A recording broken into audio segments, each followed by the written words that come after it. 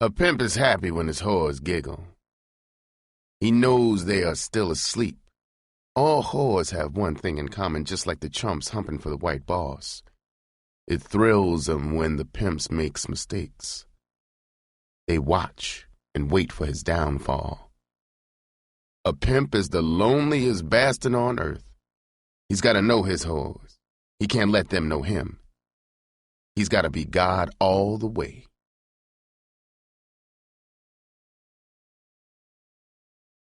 Pimp. The story of my life.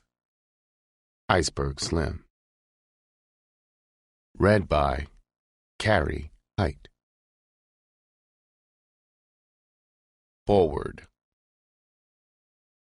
Dawn was breaking as the big hog scooted through the streets.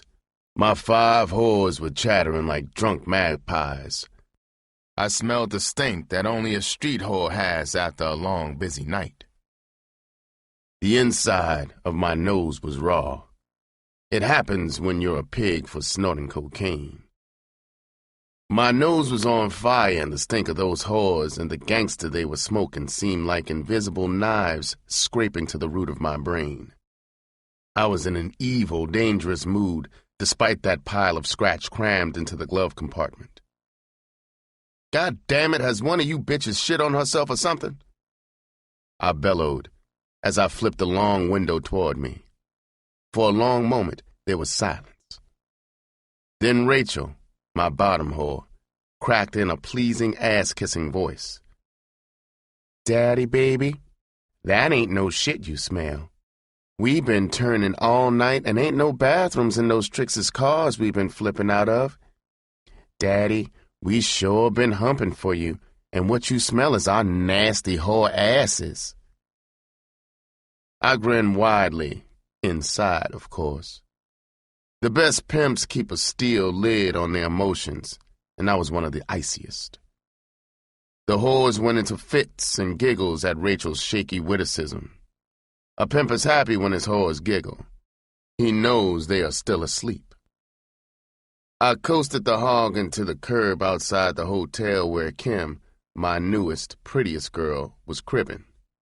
Jesus! I would be glad to drop the last whore off so I can get to my own hotel to nurse my nose with cocaine and be alone. Any good pimp is his own best company. His inner life is so rich with cunning and scheming to outthink his whores. As Kim got out, I said, "Good night, baby. Today is Saturday, so I want everybody in the street at noon instead of 7 tonight. I said noon. Not 5 minutes after or 2 minutes after, but at 12 noon sharp, I want you down. Got it, baby?" She didn't answer, but she did a strange thing. She walked into the street around the hog to the window on my side. She stood looking at me for a long moment, her beautiful face tense in the dim dawn. Then in her crisp, New England accent, she said, "Are you coming back to my pad this morning? You haven't spent a night with me in a month, so come back, okay?" A good pimp doesn't get paid for screwing. He gets his payoff for always having the right thing to say to a whore right on lightning tap.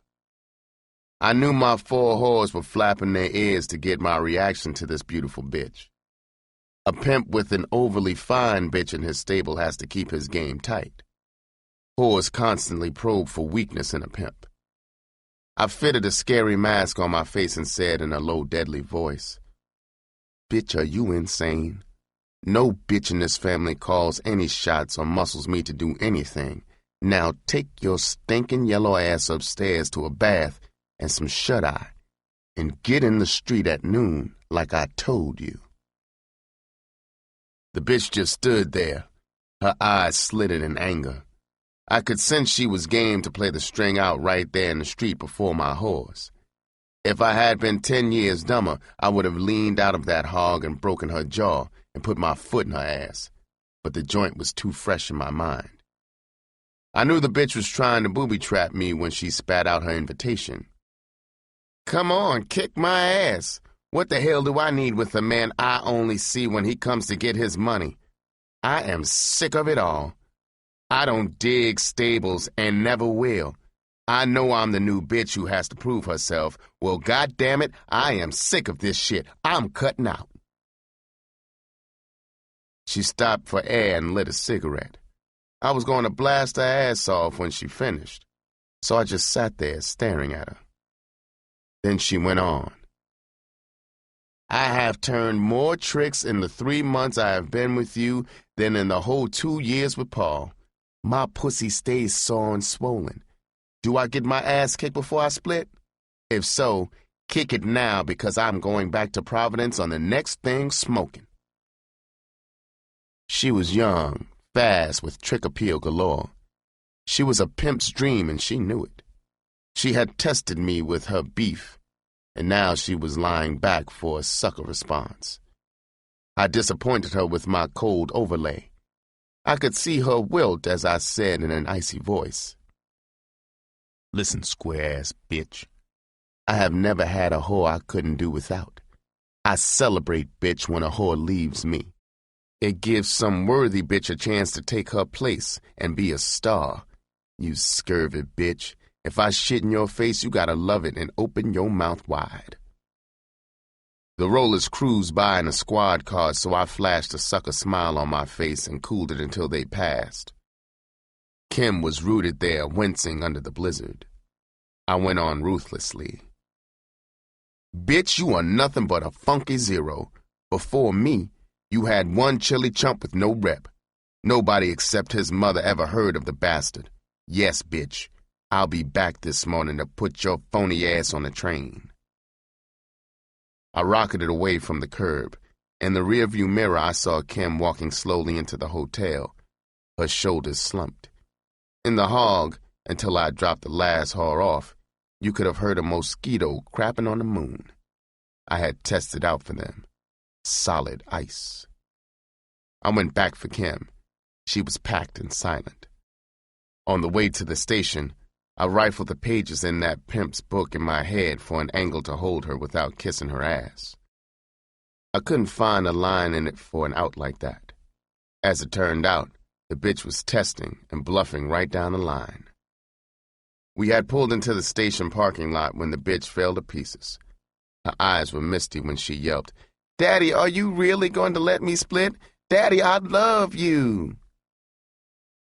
I started the Pratt action to cinch her when I said, "Bitch, I don't want a whore with rabbit in her. I want a bitch who wants me for life. You have got to go after that bullshit earlier this morning. You are not that bitch."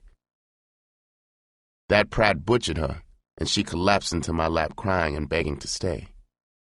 I had a theory about splitting whores. I think they seldom split without a bankroll. So I cracked on her.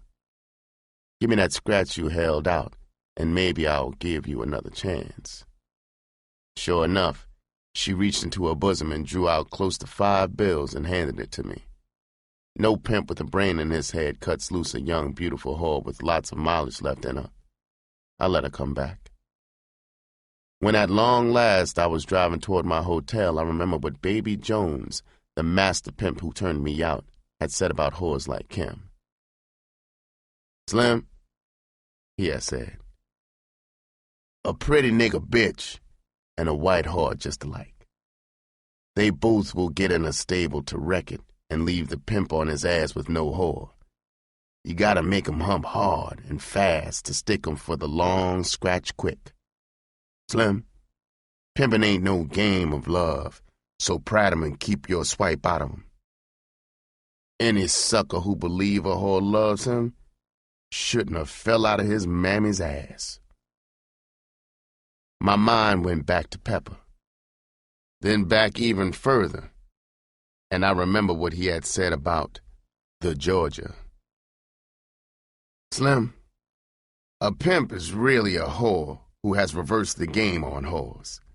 So, Slim, be as sweet as the scratch, no sweeter, and always stick a whore for a bundle before you sex her. A whore ain't nothing but a trick to a pimp. Don't let 'em Georgia you. Always get your money in front, just like a whore." On the elevator riding to my pad, I thought about the first bitch who had Georgia'd me and how she had flim-flammed me out of my head. She would be old and gray now, but if I could find her, I would sure get the bitch's unpaid account off my conscience. Preface. In this book, I will take you, the reader, with me into the secret inner world of the pimp. I will lay bare my life and thoughts as a pimp. The account of my brutality and cunning as a pimp will fill many of you with revulsion. However, if one intelligent, valuable young man or woman can be saved from the destructive slime, then the displeasure I have given will have been outweighed by that individual's use of his potential in a socially constructive manner. I regret that it is impossible to recount to you all of my experiences as a pimp. Unfortunately, it would require the combined pages of a half-dozen books. Perhaps my remorse for my ghastly life will diminish to the degree that within this one book I have been allowed to purge myself. Perhaps one day I can win respect as a constructive human being. Most of all, I wish to become a decent example for my children and for that wonderful woman in the grave, my mother. Chapter 1. Torn from the Nest. Her name was Maud, and she Georged me around 1921. I was only 3 years old. Mama told me about it.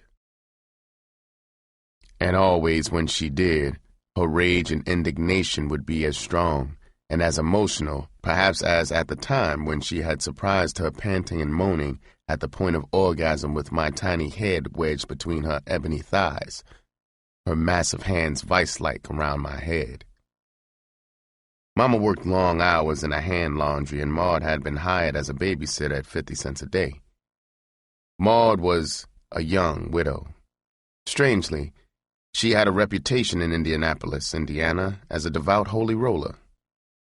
I have tried through the years to remember her face, but all I can remember is the funky ritual. I vaguely remember not her words, but her excitement when we were alone. I remember more vividly the moist, odorous darkness and the bristle-like hairs tickling my face, and most vividly, I can remember my panic, when in the wild moment of her climax, she would savagely jerk my head even tighter into the hairy maw.